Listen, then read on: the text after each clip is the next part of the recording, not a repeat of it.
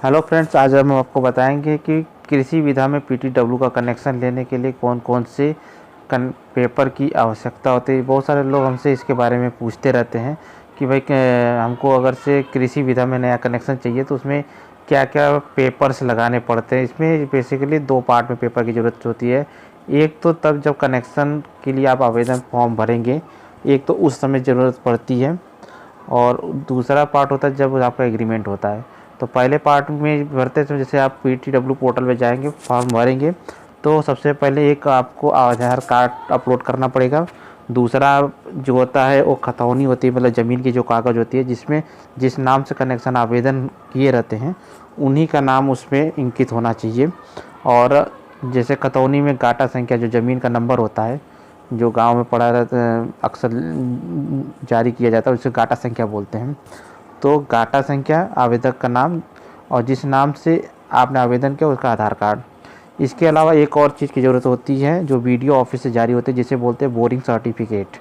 मतलब कि जैसे आप बोरिंग कराते हैं तो उस समय एक सर्टिफिकेट वीडियो ऑफिस से जारी किया जाता है, वो बोरिंग सर्टिफिकेट रहता है। इस तरह से तीन चीज़ आवेदन के समय चाहिए होता है: आधार कार्ड, खतौनी और बोरिंग सर्टिफिकेट। इसके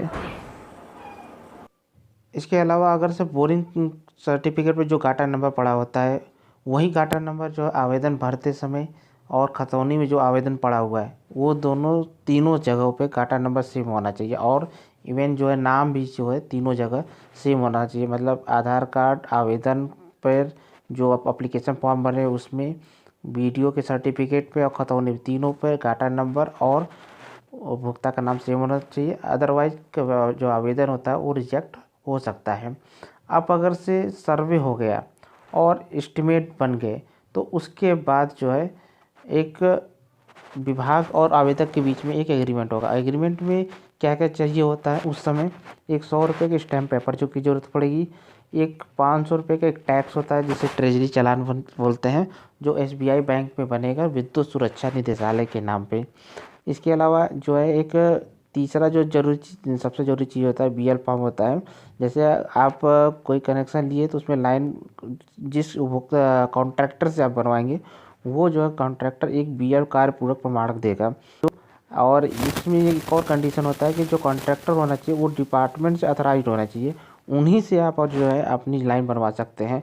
तो वो जो कॉन्ट्रैक्टर जो काम कंप्लीट कर लेगा तो फिर वो आपको एक कार्य पूरक प्रमाणक देगा, जो कि कनेक्शन लेते समय आपको विभाग में जमा करना पड़ता है।